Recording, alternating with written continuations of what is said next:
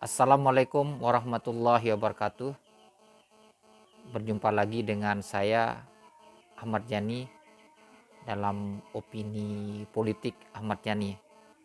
Kali ini kita akan membahas terkait dengan hasil survei dari lembaga riset Center for Strategy on Islamic and International Study. Lembaga ini merilis hasil surveinya terkait dengan siapa capres pilihan warga Nahdlatul Ulama. Nah, dalam rilis yang disampaikan oleh lembaga ini ada 3 calon presiden yang memperoleh dukungan tertinggi dari warga NU, yaitu yang pertama Menteri Pertahanan yang juga Ketua Umum DPP Partai Gerindra Prabowo Subianto. Yang kedua Menteri BUMN Erick Thohir, dan yang ketiga Ganjar Pranowo. Nah, dari 3 nama ini tentu yang cukup mengejutkan adalah munculnya nama Menteri BUMN Ganjar Pranowo, munculnya nama Menteri BUMN yaitu Erick Thohir. Erick Thohir termasuk salah satu yang disebutkan paling tinggi kebenerimaannya atau elektabilitasnya di warga NU sebagai calon presiden. Nah, sedangkan 2 nama lainnya ini Prabowo Subianto dan Ganjar Pranowo, hampir 2 nama ini selalu muncul di hampir semua survei. Nah, selain itu survei yang dilakukan oleh lembaga ini dilakukan di sejumlah provinsi yang memang dikategorikan sebagai provinsi-provinsi yang basisnya warga NU. Misalnya kayak di Jawa Tengah. Di Jawa Tengah sendiri ada 3 nama yang muncul, yaitu Ganjar Pranowo, Prabowo Subianto, dan Erick Thohir. Nah, sedangkan di Jawa Barat ada 3 nama juga yang muncul, yaitu Gubernur Jawa Barat sendiri Ridwan Kamil, Prabowo Subianto, dan Ganjar Pranowo. Nah, sedangkan di Banten itu juga ada 3 nama, yaitu Prabowo Subianto, Ganjar Pranowo, dan Erick Thohir. Sedangkan di Lampung ada Erick Thohir, Prabowo Subianto, dan Ganjar Pranowo. Nah, yang menjadi perhatian kemudian adalah kemunculan Erick Thohir ini di hampir semua provinsi yang disurvei, yang bisa disebut adalah basis-basisnya NU. Ternyata memang nama Menteri BUMN ini cukup moncer begitu.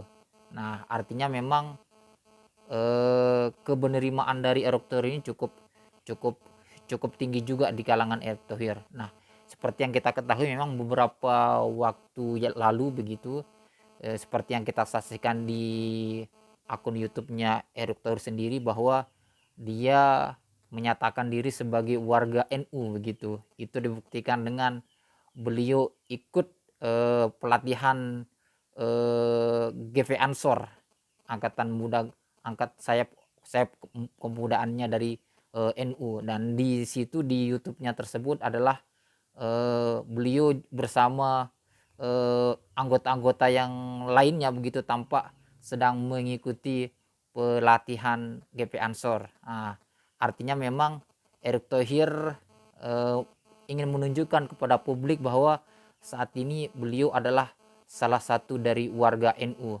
Nah, sehingga kemungkinan memang dengan apa yang dilakukan oleh pendekatan-pendekatan yang dilakukan oleh Erick Thohir ini bisa kita tangkap sebagai memang pendekatan yang cukup efektif lah dalam meraih simpati dan dukungan daripada warga NU. Terbukti dari hasil survei yang dilakukan lembaga ini memang Erick Thohir termasuk 3 besar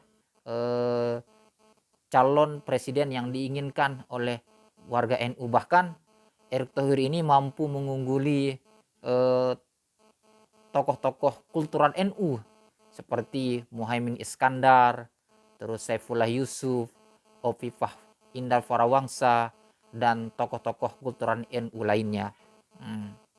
Ya, Adapun dijelaskan dalam survei ini bahwa survei selain dari provinsi-provinsi tadi, survei ini juga dilakukan di sejumlah wilayah, yaitu di Probolinggo, Pasuruan, Malang, Yogyakarta, Rembang, Magelang, Tasikmalaya, Cirebon, Pandeglang, Lampung Tengah. Nah, dan survei ini dilakukan semi riset pada tanggal 7 Januari 2022. Nah, data survei diambil dengan wawancara mendalam.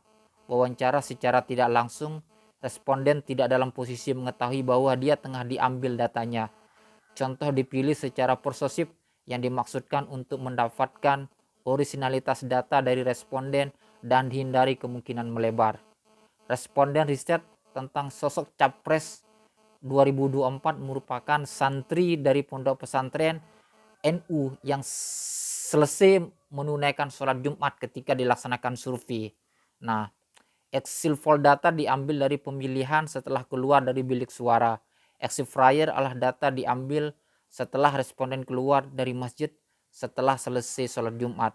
Nah, dan yang ingin saya sampaikan memang di sini mungkin ketika kita melihat data hasil survei ini memang tentu ini bisa menjadi warning lah bagi tokoh-tokoh atau calon-calon presiden yang berasal dari kultural NU, bahwa sejauh mana pendekatan politik yang mereka lakukan untuk meyakinkan warga NU bahwa mereka lah kader NU yang terbaik lah untuk bisa dipercaya atau bisa didukung untuk maju dalam Pilpres 2024. Nah, seperti yang kita ketahui memang salah satu tokoh